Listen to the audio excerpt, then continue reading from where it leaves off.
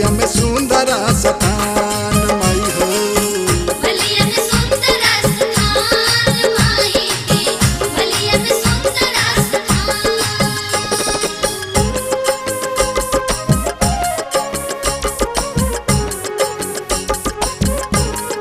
जय मैया।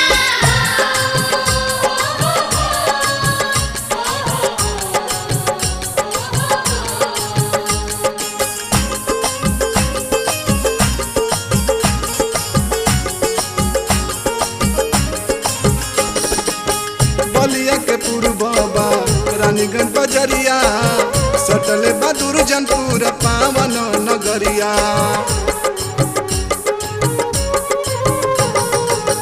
बलिया के पूर्वबा रानीगंज बजरिया सटले बहादुर जनपुर पावन नगरिया।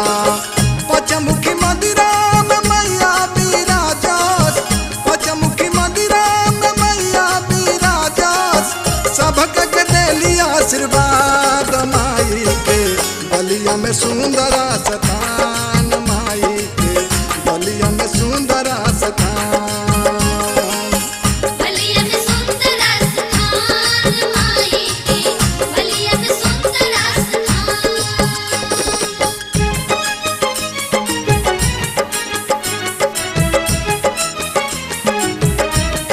जय मैया।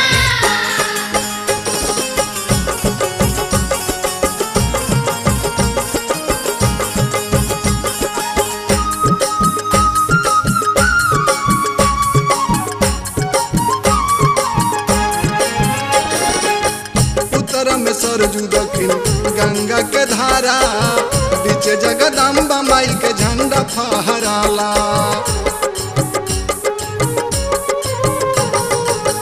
उत्तर में सरजू दक्षिण गंगा के धारा, बीच जगदम्बा माई के झंडा फहराला।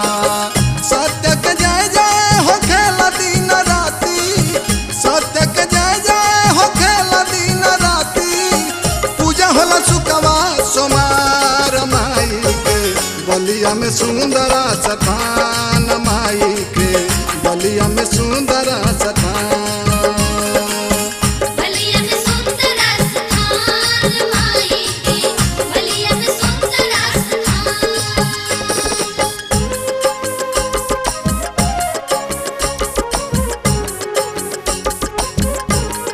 जय मैया।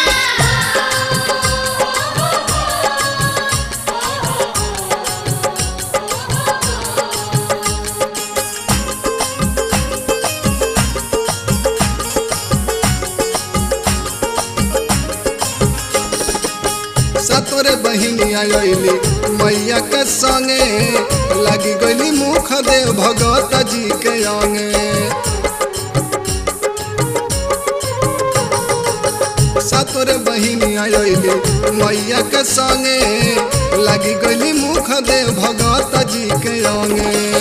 चम चम चमके माई के मंदिरिया, चम चम चमके माई के मंदिरिया, ओम शिव कर ले गुहार माई के। बलिया में सुंदर स्थान माई के, बलिया में सुंदर स्थान। बलिया में सुंदर स्थान माई के, बलिया में सुंदर स्थान। कमरु कमखिया से चलली महतरिया, कमरु कमखिया से चलली महतरिया, रहसु लगवल दरबार माई के। बलिया में सुंदर स्थान।